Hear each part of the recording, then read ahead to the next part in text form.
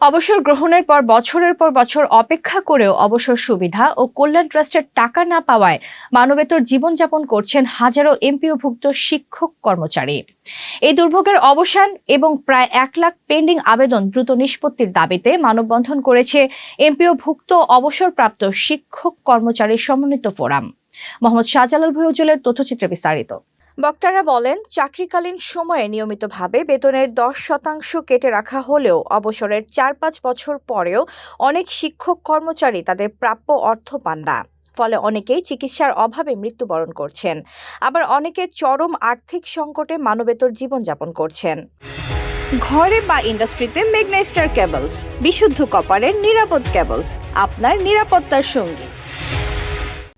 মানববন্ধন থেকে অবসর গ্রহণের সর্বোচ্চ 3 মাসের মধ্যে অবসর সুবিধা ও কল্যাণ ট্রাস্টের অর্থ পরিশোধের দাবি জানানো হয়।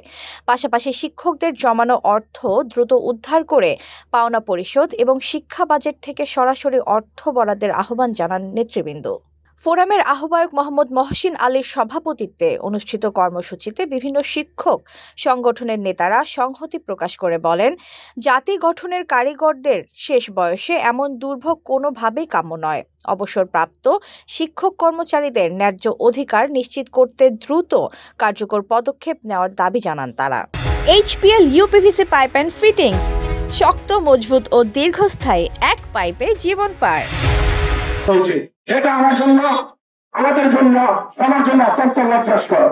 আমি বলবো যে আইন রয়েছে, শাসন কর্তন করার শিক্ষকদের অবসর গ্রহণের পরে তার সে সুবিধাটা সেটা যথাসময়ে প্রদান করবে, কিন্তু এখানে আজকে তাদেরকে মানববন্ধন করতে হচ্ছে। আমি ইতিমধ্যে, আপনারা জানেন, যেহেতু এটা আদালতের বিষয় রয়েছে, আমি সেটা বলতে চাই না।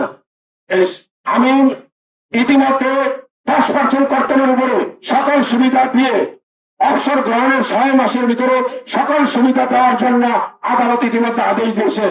এতক্ষণ আপনাদের সাথে ছিলাম তামান্না ইসলাম তন্নি। প্রতিদিনের নিউজ আপডেট পেতে আমাদের সাথেই থাকুন।